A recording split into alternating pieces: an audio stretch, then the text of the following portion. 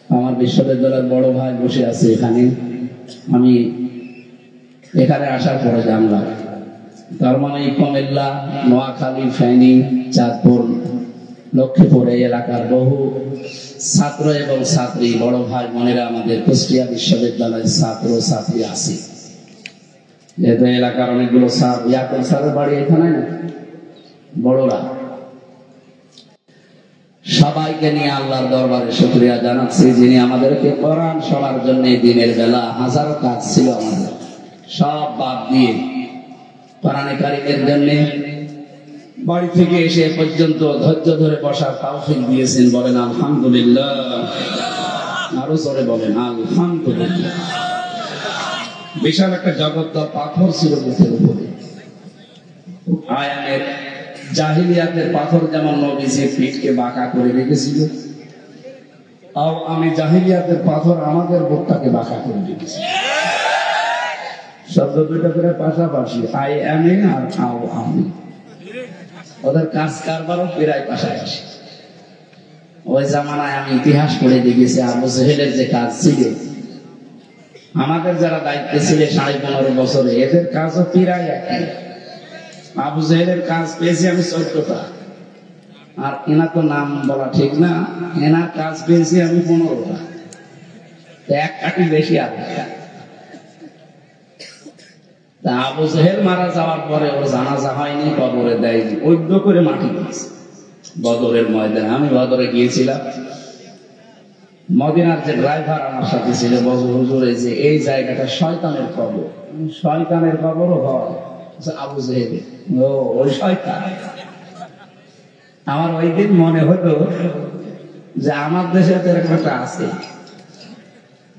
1400 বছর পরে যদি দেশের মানুষ বলে যেটা শয়তানের কবর, আমার মনে হয় আমাদের দেশে 1500 বছর পরে যখন এই পৃথিবীতে এই বাংলাদেশে মানুষ আসবে, কবর যতই পাকা করা হোক আর প্রাইজ দেওয়া হোক, মোজাইক পাথর দিয়ে যত সুন্দর বিউটিফাই করা হোক, মানুষ যখন আসবে বিশ্বের বিভিন্ন দেশ থেকে দেখার জন্য, বলবে যে এটা কার কবর? আমার মনে হয় ওই সময় মানুষ বলে ফেলবে যেটা শয়তানের কবর। কারণ ওর কাজ ছিল 14টা, আরেকটা 15টা, আর এক কাটি বেশি, তার মানে শয়তানের উপরে হবে। আবু জেহেলকে যদি জিজ্ঞাসা করা হতো যে এই যে আকাশ, জমিন, সূর্য, চন্দ্র কে বানিয়েছে, আবু জেহেল কার নাম বলতে বলো? নাকি ও কোনদিন বলেছে যে না মা দুর্গা? বলেন তো, এর কাজ কারবার আবু জেহেলের চাইতেও খারাপ। আবু জেহেল যে আল্লাহর নাম বলতো এটা কোরআনে আছে, প্রায় 8 জায়গায় আছে। আল্লাহ রাব্বুল আলামিন বলেন, ওয়ালা ইন সাআলতাহুম মান খালাকাস সামাওয়াতি ওয়াল আরদা ওয়া সাখখারাশ শামসা ওয়াল কামারা লা ইয়াকুলুন্নাল্লাহ ফাআন্না তুফাকুন। আমি এক জায়গায় বললাম, এরকম 8টা জায়গায় পুরা কোরআনে আল্লাহ পাক বলেন, হে নবী, আপনি যদি আবু জেহেলকেও জিজ্ঞাসা করেন, এখানে যদি হোম আছে জমির, এটা এখানে আলেম যারা আছে তারা জানবেন। আল্লাহ আবু জেহেলের নামটা সরাসরি কোরআনে দেয়নি, ইনডাইরেক্ট দিয়েছেন। একজনের নাম সরাসরি দিয়েছেন, তার নাম আবু লাহাব। এই লোকটা আপনজন হওয়ার পরে এত বেশি কষ্ট দিয়েছিল, আল্লাহর আরশ পর্যন্ত তার উপরে কেঁপে গিয়েছে। আবু জেহেল আপন চাচা না, ও গ্রাম সম্পর্কে চাচা ছিল। এখান থেকে একটা মাসলা বের হয়, আপনজন যারা এরা যদি কষ্ট দেয় ইসলামের কারণে, ওটা কিন্তু দাগ কেটে থাকে। কথা বুঝতেছেন? আপনজন যদি বেশি কষ্ট দেয় ইসলামের কারণে, আল্লাহর কারণে, ওটা কিন্তু আল্লাহ মুছে দেয় না, এটা দাগ কেটে থাকে। আবু জেহেল কষ্ট দেয়নি তা না, ও বহু কষ্ট রাসূলকে দিয়েছে, কিন্তু ও আপন না, গ্রামের চাচা। আপন যেটা, আপন রক্ত যেটা, আবু লাহাব, এও কষ্ট দিয়েছিল। আল্লাহ এত বেশি রাগ করেছেন, তার নামে একটা সূরা নাযিল করে দিয়েছেন, তাব্বাত ইয়াদা আবি লাহাবি ওয়া তাব। আল্লাহ তাব্বাত ইয়াদুন দিতে পারতেন, তাব্বাত ইয়াদা বচন দিয়েছেন। শব্দটা তাব্বাত ইয়াদা নিয়েছিল, হেসাফতের কারণে নুনটা পড়ে গেছে।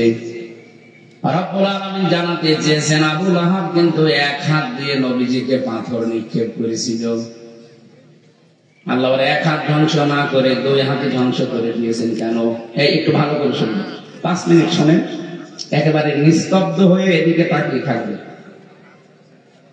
আল্লাহ 2 বছর দিয়ে ওর 2 হাত ধ্বংস করে দিয়েছেন এই জন্য, কারণ আবু লাহাব যখন এক হাত দিয়ে পাথর নিক্ষেপ করে ওর এই হাত নড়াচড়া করেছিল। কি আপনি এখান থেকে একটা কিছু তুলে এভাবে নিক্ষেপ করেন, দেখেন এই হাত নড়বে? আল্লাহ জানাতে চেয়েছেন যদি ওই এক হাত দিয়ে নিক্ষেপ করেছিল, কিন্তু হাত এইটাও তো একটু সাপোর্ট দিয়েছে। কিয়ামত পর্যন্ত নবীর বিরুদ্ধে যারা অবস্থান নেবে ডান হাতের মতো শক্তি দিয়ে, বাম হাতের মতো যারা পেছন দরজা দিয়ে নাড়াচাড়া দেবেন, তাদেরকেও আল্লাহ রাখবে না দুনিয়ায়, তাদেরকে ধ্বংস করবে। 15.5 বছরে আপনি অনেক কিছু করেছেন ডান হাতে শক্তির দ্বারা, ক্ষমতার দ্বারা, পাওয়ারের দ্বারা, আইনের দ্বারা, কিন্তু বাম হাতে দেখেছি আমরা অনেকেই পেছন দরজা দিয়ে শুধু নাড়াচাড়া দিয়েছে, আল্লাহ তাদেরকেও ছাড়ে নাই। এই যে কালা মালিক, কি কথা বলে না?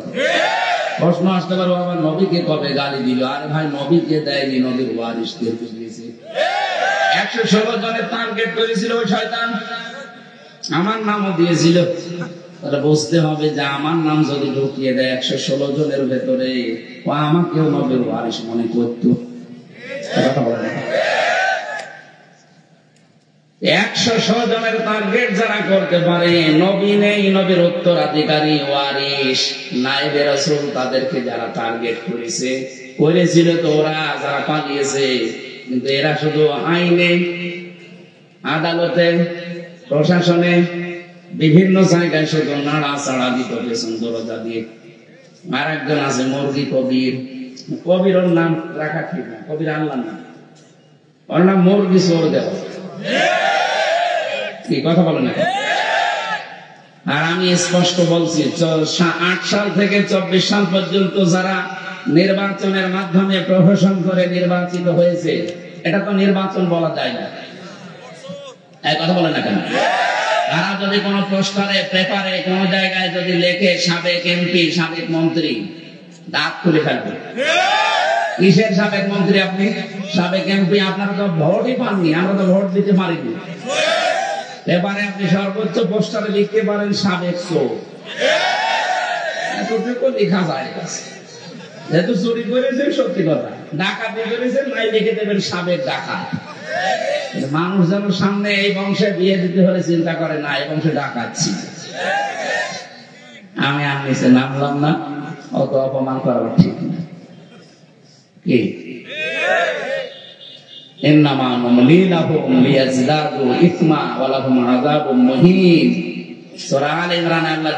ওদেরকে আমি ওই পাপের বোঝা যখন পরিপূর্ণ হয়ে গেছে, ওদেরকে এত অপমান করেছি, কলার পাতা শুয়েছে, কলা পাতা শুয়েছিল না, ওর বেশি পর্যন্ত উঠে গেছে। হ্যাঁ, একটা বেশি নেই। এখন ওদের সংসার হবে কি করে আল্লাহ জানে। ওর বউ দেখেন কদিন পর আল্লাহ রাস্তা ছিল। শয়তানকে আর কত নিচে নামাবে আল্লাহ বলে। এই জন্য আবু লাহাব ছিল আপন চাচা, আবু জেহেল গ্রাম সম্পর্কের চাচা। আজ বাংলাদেশে আমরা আপন জনের দ্বারা যাদেরকে আপন মনে করতাম, এরা আমাদেরকে বহু কষ্ট দিয়েছে। এই জন্য তো আল্লাহ ছাড়েনি, কারণ আপন জনের দ্বারা কষ্ট পেলে ওটা ভোলা কঠিন হয়ে যায়। কথা বলে না কেন? আর বাইরের লোকজন যদি একটু কষ্ট দেয় তত কিছু মনে হয় না। আপনারা আপন মানুষ, আপনাদেরকে আমরা কেউ আপা বলতাম, কেউ ভাবি বলতাম, কেউ কন্যা বলতাম। রংপুর বিভাগে যাবেন সবাই 100টিয়া বলে ভাবি, কারণ ওই বিভাগে বিয়ে হয়েছে। কথা বলছে না কেন? চট্টগ্রাম এলাকায় আসলে হয়তো আপনারা কন্যা বলে ডাকতেন। কি মানুষ কন্যা লেখা থাকতো না? বিভিন্ন জেলায় গেলে এগুলো দেখা যায়, কেউ কন্যা, কেউ আপা, কেউ ভাবি। এত আপনজন আপনি এত কষ্ট দিতে পারবেন? আলেমদেরকে নিয়ে জেলখানার ভেতরে পর্যন্ত যদি মুসলমান কারারক্ষী, মুসলমান জেলার সুপার দিত না, এমন এমন মানুষকে দিয়েছে, ও আল্লাহ বিশ্বাস করেছে। দেবদুলা, সুব্রত বালা, চন্ডী কুমার, কুমার দাস, যা বলছে সবই তো আল্লাহর ওলির নাম। নাম শুনে বোঝা যাচ্ছে না কি আছে ভেতরে। এসব গুলো ফুল হাতা, হাফ হাতা একটা। আমরা কি ফুল হাতা না হাফ হাতা? হাঁকে যাচ্ছে, আমরা হাফ হাতা না, আর ওরা কি? দেখেন এখন চট্টগ্রামটা এই যে ফেনীর লাইন দিয়ে একটু হালকা জায়গা দেওয়া আছে, তো ওরা এখন একটা নতুন ষড়যন্ত্র করছে যে আমাদের চট্টগ্রাম দিয়ে দেওয়া লাগবে। কি ভাই আপনি যৌতুক চান কেন? যৌতুক দেব মানে মেয়ে তো পালিয়ে গেছে, যৌতুক কিসে? পালানো মেয়ে তো বিয়েই হয়নি এখনো, যৌতুক কিসে? আর যৌতুক দেব মানে বিয়ে তো আমরা মানি না, কারণ ফুল হাতার সাথে হাফ হাতার বিয়ে হয়। এটা আমি বানালাম। সূরা বাকারা 221 নম্বর আয়াত। আল্লাহ বলেন, ওয়ালা তুনকিহুল মুশরিকিনা হাত্তা ইউমিনু, যতক্ষণ পর্যন্ত মুশরিক পুরুষ মুসলমান না হবে কোন মুমিনা নারীর জন্য তাকে বিয়ে করা জায়েজ নেই। আমাদের মেয়ে যাই হোক, অন্তত হাজী সাহেব যেহেতু ঈমান হালকা পাতলা আছে, এই কথা বলেন না কেন? এইরকম মেয়েকে আমরা ফুল হাতার সাথে বিয়ে দিতে পারি? সুতরাং এতদিন পর্যন্ত যারা বলেছেন যে আমাদের স্বামী স্ত্রীর সম্পর্ক, এই কথা আমরা মানি না। এই মেয়ে তো পালিয়ে গেছে, ও সাথে আমরা মেনেই নেইনি। কিসের চট্টগ্রাম যৌতুক হিসাবে দেওয়া? সুতরাং যৌতুক যদি চান, যৌতুক দেওয়াও হারাম, নেওয়াও হারাম। এই কথা বলে না কেন? যৌতুক তো দেবই না। যদি জোর করে নিতে আসেন, আশপাশে যেগুলো আছে ওগুলো কিন্তু দখল করে নেব। বিশেষ করে যে আসাম, উড়িষ্যা, বিহার, সেভেন সিস্টার নিয়ে যে কথা চলছিল, ওটা কিন্তু থাকবে না। এই জন্য সাবধান। আমরা নরম ভাষায় বললাম, মুসলমানরা উত্তেজনা সৃষ্টি করে না। আমাদের ধর্মে আছে লাইক। এখানে একটু সমস্যা হচ্ছে, দেখছি কি এবার সমস্যা কি?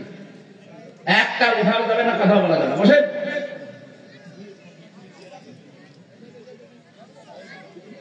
মাহফিল দিয়েছে, না শোনা যায় না, কেন শুনে বসে সব বাদ নেই, যে যা হয়ে যা মাঝে পড়ে যাবে।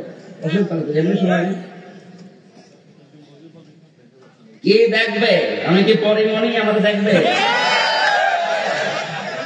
শোনা যাচ্ছে না, এটা একটা ঝামেলা।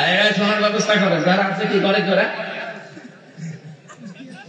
ছেলে 3টা বছর ফাঁসির কন্ডেম ছেলের ভেতরে রেখে, ওরা আমার কিছু রেখেছে ভেতরে, কিচ্ছু নেই, একেবারে ফাঁপা হয়ে গেছে। চেহারাটা একটু মনে হয় গেলে রেখেছে নাকি। একটা হয়তো বিভিন্ন জিনিস এখন মাখতেছি, তো এই কারণে ভেতরে তো কিছুই নাই। কারণ এই 3 বছরে যতবার ডাক্তারের কাছে নিয়ে গেছে একই ওষুধ। যদি বলে কেউ মাথা ব্যথা, যা দেয়। কেউ যদি বলে নুনো ব্যথা, আপনি জিজ্ঞেস করেন যারা জেলে যায়, বিশেষ করে এই কাশির পর হাসি করে দিবে। কোন চিকিৎসা নেই। একটা ডাক্তার 10,000 মানুষ, ও কি করবে? তার মহিলা ডাক্তার, খুঁজে বলাও যায় না যে অমুক জায়গায় ব্যথা। আমার পাশে একজন ছিল, সে বেশি বয়স না, 20-22 বছর হবে। ওর ওই লজ্জাস্থান খুলে এরকম মোটা হয়েছে। ও যে বলছে যে ম্যাডাম দেখেন তো, কি দেখবো? এই যে এটা।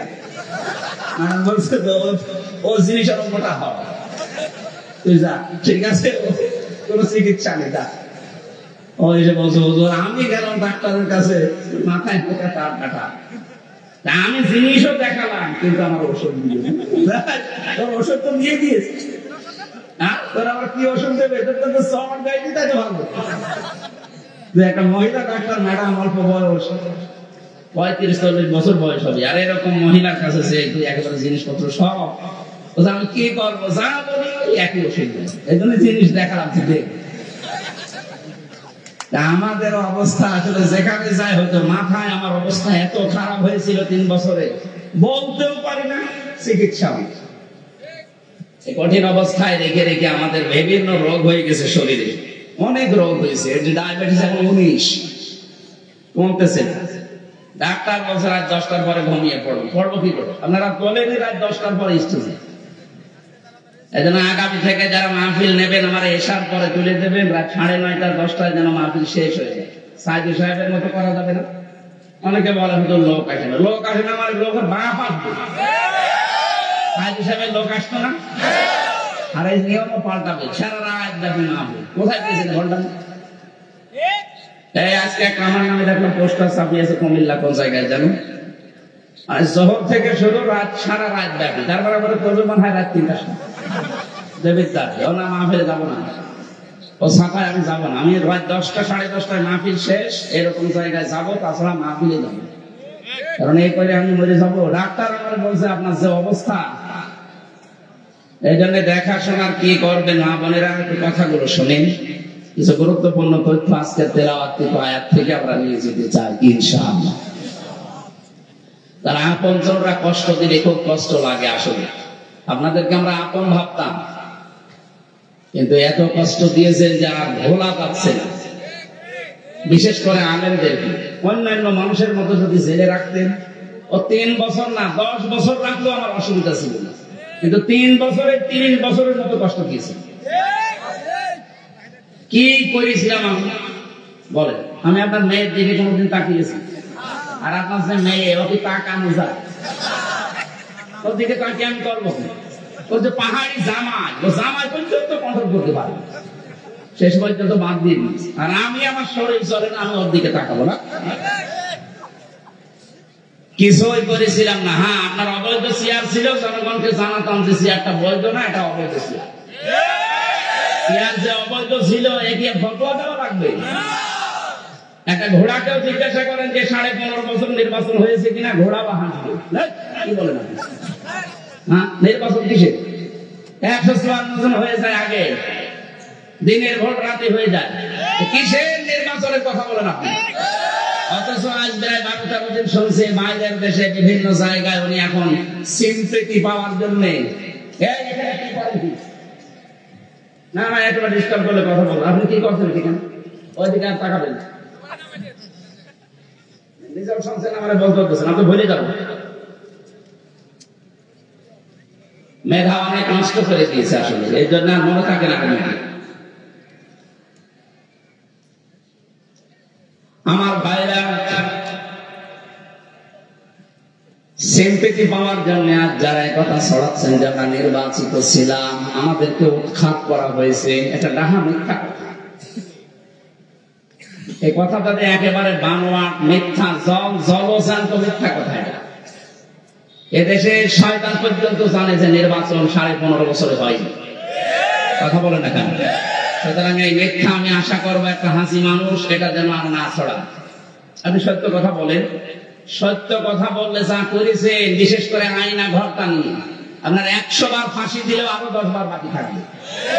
কারণ আমি তো অন্তত মিনিটাই ছিলাম, ছোটটায়, বড়টার খবর আমি জানি না, শুনেছিলাম। আমার সাথে যারা জেলে ছিল, ওরা কেউ 4 বছর 5 বছর 8 বছর ওই ঘরে থেকে তারপরে আমার কাছে শুনেছিলাম যে কি কষ্ট দিয়েছে মানুষকে। মুফতি ফাখরুল ভাই ছিল আমার সাথে, বলছিল যে পায়ের ভেতরে এভাবে হাত, এর নোয়াখালী বাড়ি, পায়ের ভেতরে এইভাবে হাত দিয়ে সামনে লোহার ব্যারিকেডের সাথে আমার হাতে হ্যান্ডকাপ লাগিয়ে দিয়েছে। 2 দিন 3 দিন 5 দিন না, বছরের পর বছর 1.5-2 মিনিট সময় দিত টয়লেট করার জন্য। সকালে কয়েকটা ছোলা দিয়েছে, তো পচা ছোলা, পারলে খান না পারলে ফেলে দিন। দুপুরে 1 মোট ভাত দিয়েছে, তাও মাখিয়ে, মনে হচ্ছে কেউ মাখিয়ে দিয়েছে। উনি মাঝে দেখতাম ফাঁসির ওই কন্ডেম সেলের ভেতরে হাত পা ছেড়ে দিয়ে একেবারে সাটপাট হয়ে শুয়ে আছে। আরে ভাই, এইভাবে থাকেন মানে? বলছে হামজা ভাই, এইভাবে থাকি কেন আমি তো জানি, এই যে শুয়ে থাকা এটা যে কত বড় নিয়ামত এখন আমি টের পাচ্ছি। যদিও আমি ফাঁসির কন্ডেম সেলে আছি, তারপরও ভালো আছি, ওখানে থাকার চাই। কি করেছে বলে, আমি 10 দিন ছিলাম মাত্র, তাই আমার পেছনে ব্যথা হয়ে গেছে। ওইভাবে কয়েক ঘন্টা থাকা যায় বলেন তো?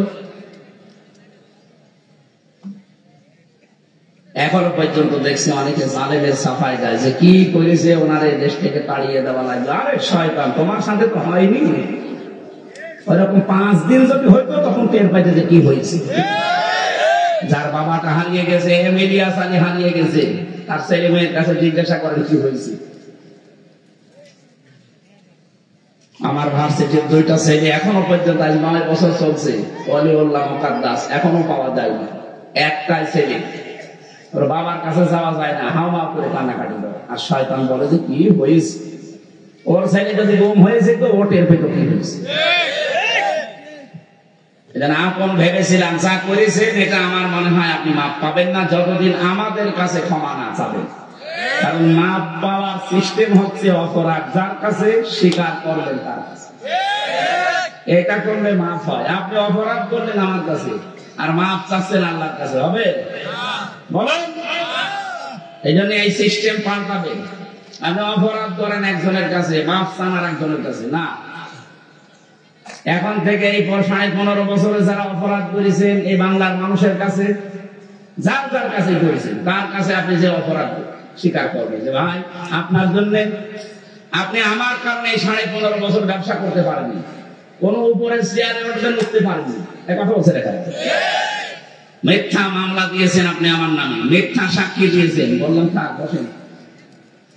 মিথ্যা সাক্ষী দিয়েছেন, গুম করেছেন, খুন করেছেন, আয়না ঘরে রেখে দিয়েছেন। আমি 14 বছরের মানুষের তালিকা জানি, 14 বছর পড়ে আছে, দুনিয়ায় কেউ জানে না। এই যে নখ হয়ে গেছে বড় বড়, ওরা এভাবে খুশিয়ে খুশিয়ে লিখে রাখতো দেওয়ালের সাথে ছোট ছোট ভাঙা ভাঙা অক্ষর, যে ভাই এই নাম্বারটা কেউ যদি বাইরে যেতে পারে কিছু জানাবেন যে আমি বেশি আছি। আপনি টের পাচ্ছেন কি হয়েছে? আর এখন মোবাইলে স্ট্যাটাস দেন যে কি হয়েছে কি হয়েছে, তোর ডাক এই কানের নিচে দুইটা থাপ্পড় দেওয়া হবে। জালেমের সাফাইটা এখনো হয়েছে।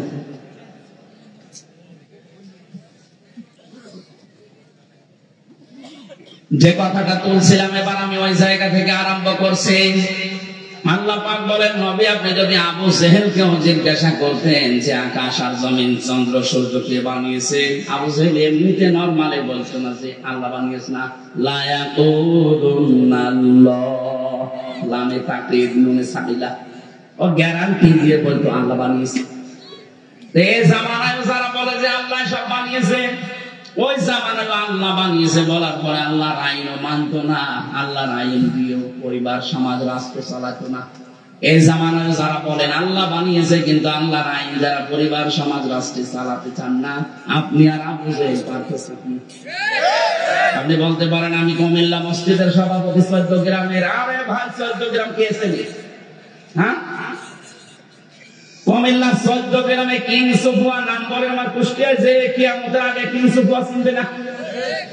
আপনি এই মসজিদের সভাপতি হয়ে বগল বাজাচ্ছেন আর আবু জেহেল কাবা শরীফের সভাপতি ছিল।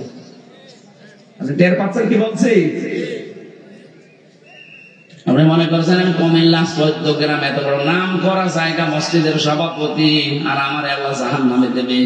আপনি তো 14 গ্রাম মাত্র, আর আবু জেহেল ছিল কাবা শরীফের খোদ সভাপতি। বলেন, এই জায়গায় থাকার পরেও যদি আল্লাহর আইনের বাইরে কাজ করে জাহান্নামে যায়, আপনি জান্নাতে যাবেন অনেক আশা করেন?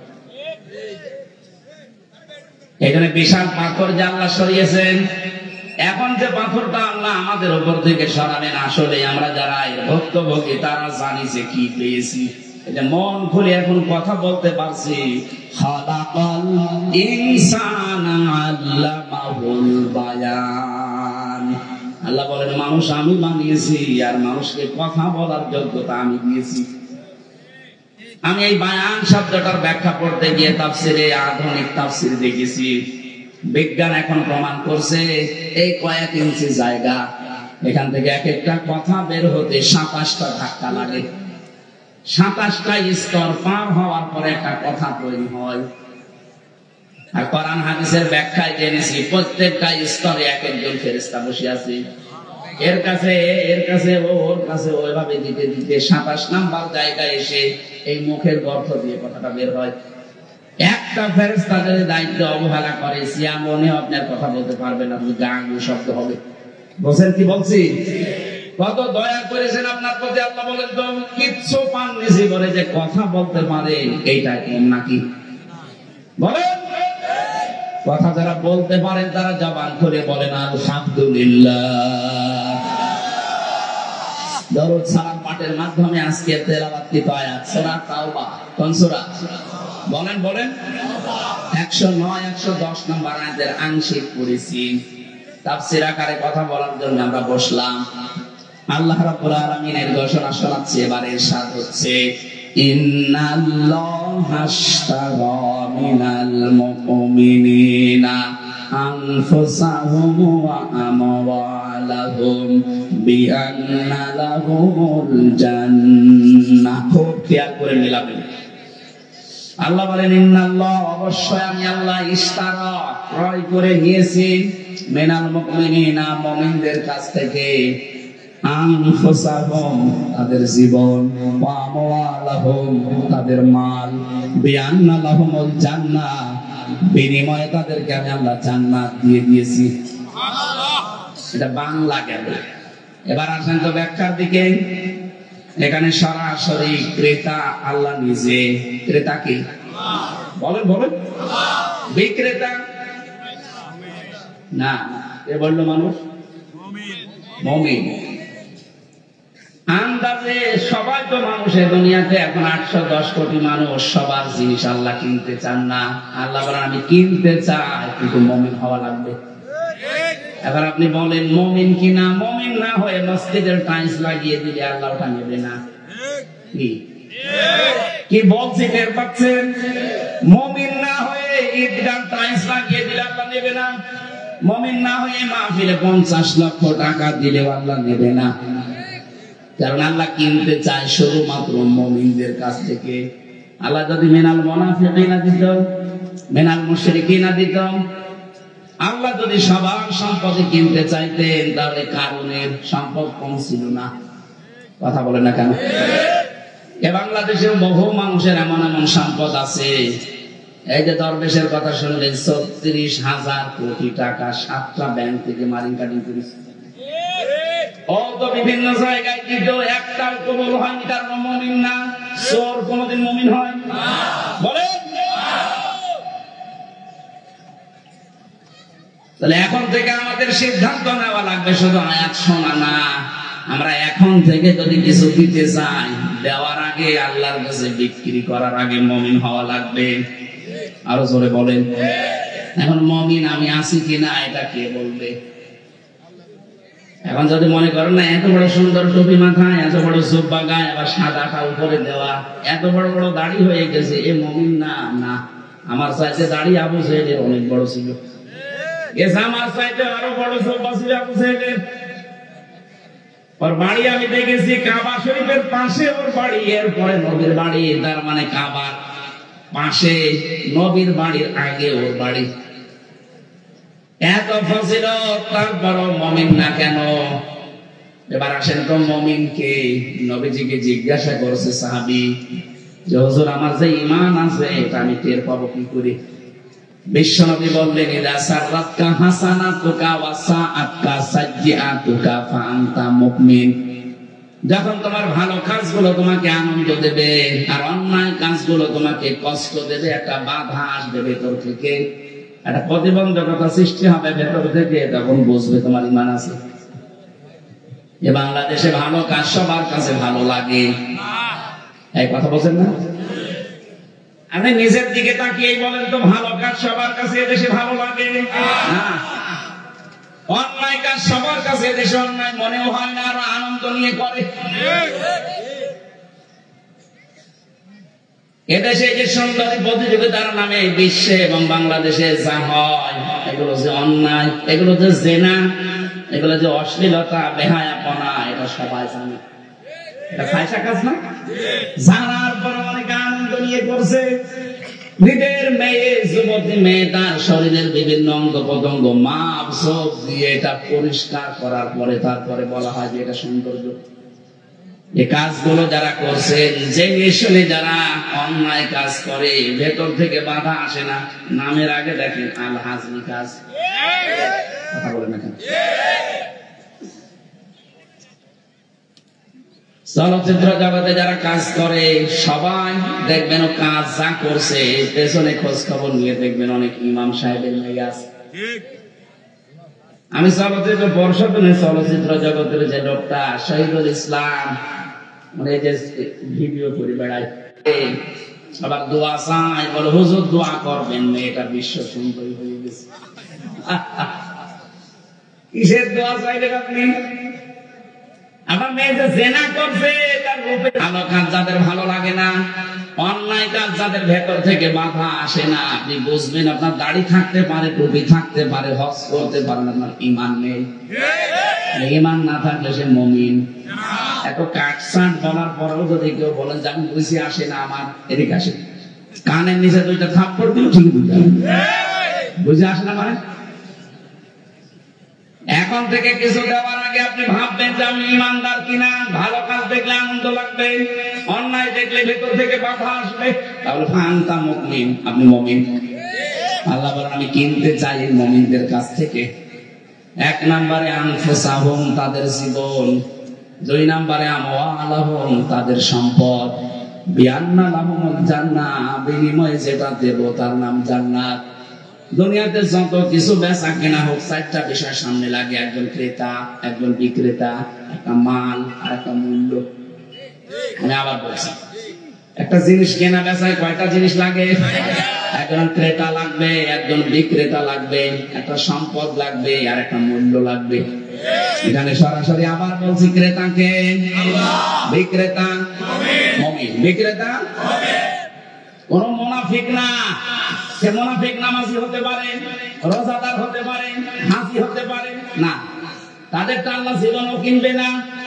আল্লাহ সত্যি কিনতে চান যদি কিছু, তাহলে মুমিনের কাছ থেকে, সে যত ছোট হোক আর যত বড় হোক। 2টা জিনিস আল্লাহ কিনতে চেয়েছেন।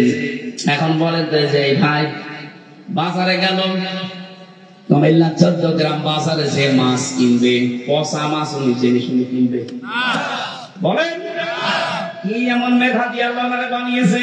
এতটুকু বুদ্ধি নিয়ে যদি পচা মাছ উনি কিনতে রাজি না হয়, আল্লাহ পাক বলেন তো কত বিচক্ষণ।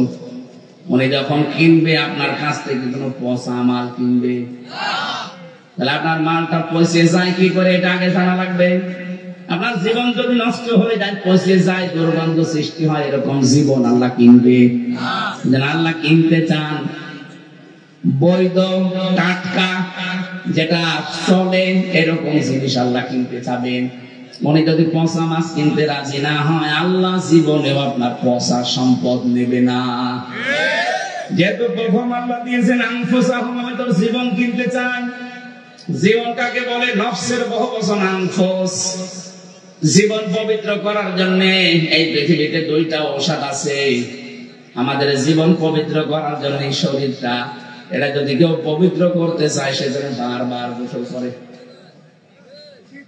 কথা বোঝাতে পারবো? আমাদের শরীরকে পবিত্র করার ঔষধ। আমরা কি মনে করি যে বারবার গোসল করলেই পবিত্র হয়ে গেলাম? এটা পবিত্র করার জন্য শিরক থেকে, বেদাত থেকে, এই সমস্ত বিষয়গুলো থেকে যদি আপনার বিশ্বাস, আপনার ঈমান, আপনার আকীদা, আপনার শরীর, আপনার পোশাক, আপনার কর্মজীবন যেটা আছে, প্র্যাকটিক্যাল লাইফ, পুরাটা যদি পবিত্র করতে পারেন, আল্লাহ পাক একটা ঘোষণা দিয়েছেন সূরা নাহাল 14 নম্বর পারা 9 নম্বর পৃষ্ঠা 13 নম্বর লাইনের 32 নম্বর আয়াতে আছে, আল্লাযীনা তাতাওয়াফাহুমুল মালাইকাতু তাইয়্যিবিনা ইয়াকুলুনা সালামুন আলাইকুম উদখুলুল জান্নাতা বিমা কুনতুম তা'মালুন। বলেন আল্লাহু আকবার।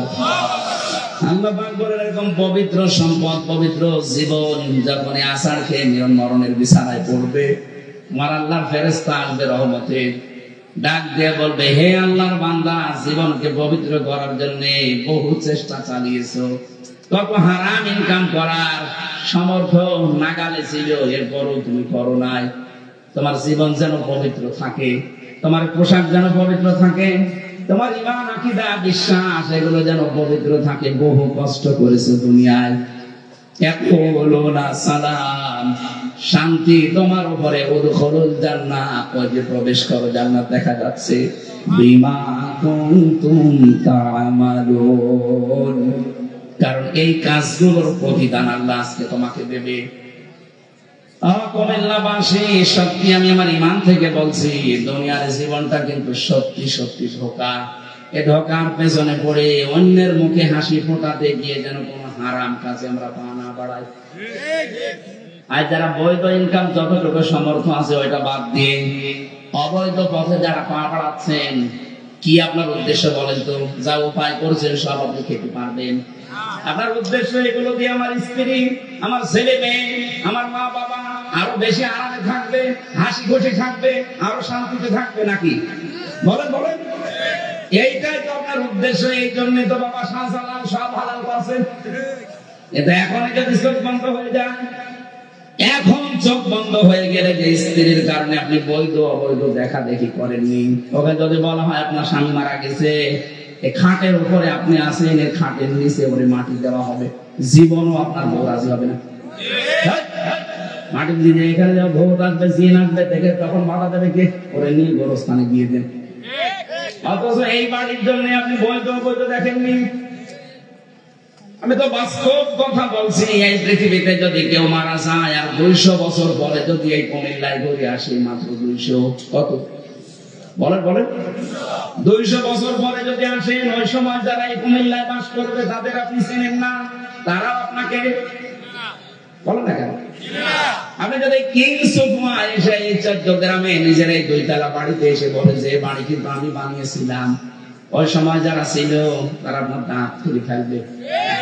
করেন আপনি? আমি তো লেখাপড়া শিক্ষা দীক্ষায় চাই হয়েছি, আমার বিশ্ববিদ্যালয় পর্যন্ত অন্তত পড়া শেষ। এরপরও আমি 3 পুরুষের পরে আমি আর চিনি না, সত্যি কথা বলছি। আমার বাবা রিয়াজউদ্দিন, এর বাবা জাহান আলী, এর বাবা নমাজ আলী, এরপরে আসিনি না।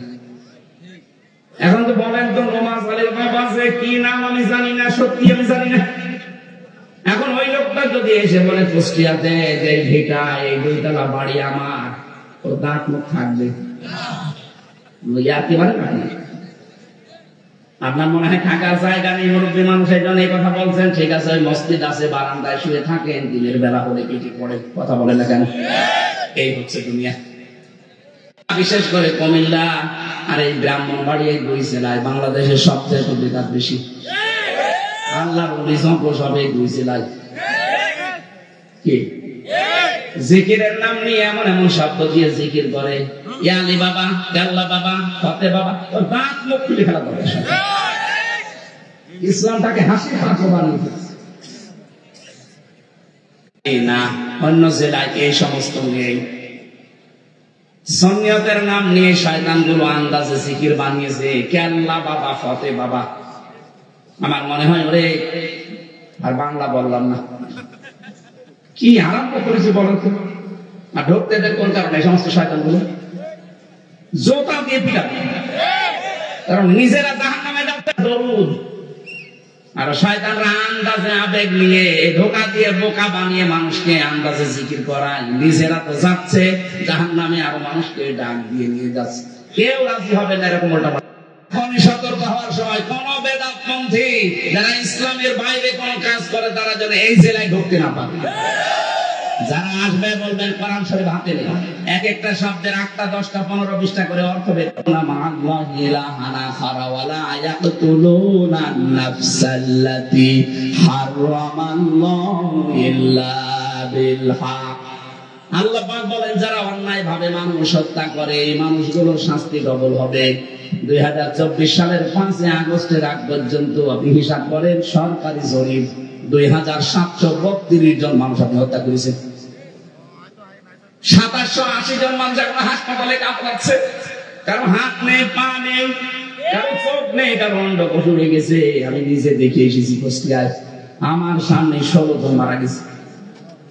এই মানুষগুলোকে মারার কোন দলিল আছে আপনার কাছে বলেন? আপনার নিজের অবৈধ ক্ষমতা ঠিক আছে, আপনি কাজ করলেন। শুধু এতটুকুই তো শেষ করেন। এর আগে বিডিআর মেডিসিন কতগুলো বিডিআর, প্রায় 900 বিডিআর আমার সাথে 3 বছর জেলে। তারা আছে কেউ 13 বছর, কেউ 14 বছর। আপনি মানুষ, আমার তো মনে হয় কিয়ামতের দিন আল্লাহ যদি এই 14-18 কোটি মানুষ আপনাকে মাফ করে দেয়, ব্যারিস্টার আর মানের বউ মাফ করবে না। আর আমার আজমির বউ তো চলে গেছে, কি করবে? আর বেচার প্রায় 9-10 বছর পড়ে আছে। স্বামী বেঁচে থাকলে না আশা থাকা যায়, ও আছে কিনা তাও জানে না। এই গুমটা যে কত বড় অপরাধ, এর কথা কোনো মাফ নেই। এই গুম আপনি মেরে ফেলে বলেন যে মেরে ফেলছে, আপনি তো জানেও না যে ওর স্বামী জানে না, ওর ছেলে মেয়ে জানে না, মা বাবা জানে না, ওর আত্মীয় স্বজন কেউ জানে না তো বেঁচে আছে কিনা। হঠাৎ 10 বছর পরে আপনি বের করে দিচ্ছেন, এই যে ওর দাড়ি চুল গোপ মনে হচ্ছে জঙ্গল থেকে বেরিয়ে আসতেছে। তাহলে ও লোকটা কি কষ্টে ছিল বলে। আমার তো মাঝে মাঝে ওই মাটির নিচে আমি ছিলাম, দেখেছি, একটু দেখা হতো। এদের যে দুঃখ, এদের যে কষ্ট দেয়, আর যারা দায়িত্বে থাকে ওখানে, ওদের মানুষ নাকি ওরা? এই যে 8 ঘন্টা পর পর ডিউটি পাল্টায়, এরা তো বাইরে আসতো ঠিক, আমরা না দুনিয়া সম্পর্কে কিছু জানি না। তো ওরা তো বাইরে এসেছে, বাইরে এসে ওর স্বামী স্ত্রীর ব্যবহার হয়েছে, সন্তানদের সাথে কথা বলেছে, কিভাবে ওরা দুনিয়ায় মানুষের সাথে চলাফেরা করতো? ওদের বিবেক কি একেবারে মানে মরে গিয়েছে নাকি? এরকম কঠিন অবস্থা আপনি দেখে আসার পরও আপনার বিবেকে কাজ করে না। কি আর সমস্যা? কেন আমার তো 35-এ আছে? আমি তো কালকেও নামাজ পড়লাম 35-এ। ও, তাহলে তো আসরের নামাজ আরো আগে পড়তে পারছি। নামাজ তো এখনো সময় লাগবে, আধা ঘন্টা 1 ঘন্টা। ফরজ নামাজ বাদ দিয়ে মনে পড়ে, এরা আমি খাই দিয়েছি।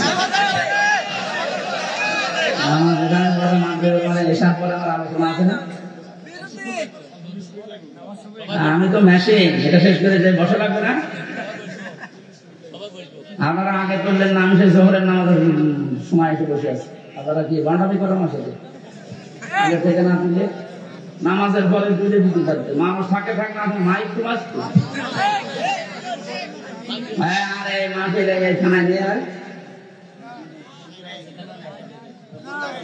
রাতের বেলায় নিতে পারতেন, আমার আসরের এসার পরে তুলে দিতেন, একেবারে রাত 10টা 10:30 করতে চলতেন। এইভাবে তো হয় না। আমি তো এমনিতে অসুস্থ, এরপর আবার আরেকটা আছে, এরপর আবার আরেকটা আছে, হয় না, এভাবে পারবো না ভাই। আমি মনে করছি আসবেন 35, আমি তো আমি আরো আগে এবার ভাঙা মাহফিল হয়। আমি তো বলবো কি করে, আমার গাড়িতে আমার ওই ছেলের লেখা বই আছে, যাওয়ার সময় নিয়েছি। আল্লাহুম্মা আমিন। রব্বির হামহুমা কামা রাব্বায়ানি সাগীরা, আল্লাহুম্মা রব্বির হামহুমা কামা রাব্বায়ানি সাগীরা। মাবুদ, বড় ভাই আব্দুল্লাহ মাহমুদ তাহিরের এলাকায় এসেছি, কত মানুষ হাত তুলেছে দেখো, প্রত্যেকের মোনাজাত কবুল করো। এত কষ্ট যারা স্বীকার করলো কোরআনের অনুষ্ঠানের জন্য, এদেরকে মাফ করে দাও। এলাকায় মাঠের নিচে যত মানুষ ঘুমিয়ে আছে, কবরগুলো জান্নাতুল ফেরদাউস বানাও। যারা এই মাহফিলের জন্য শ্রম দিল, টাকা দিল, একটাও যেন অবৈধ নষ্ট না হয়, কবুল করো। আলহামদুলিল্লাহি রাব্বিল আলামিন।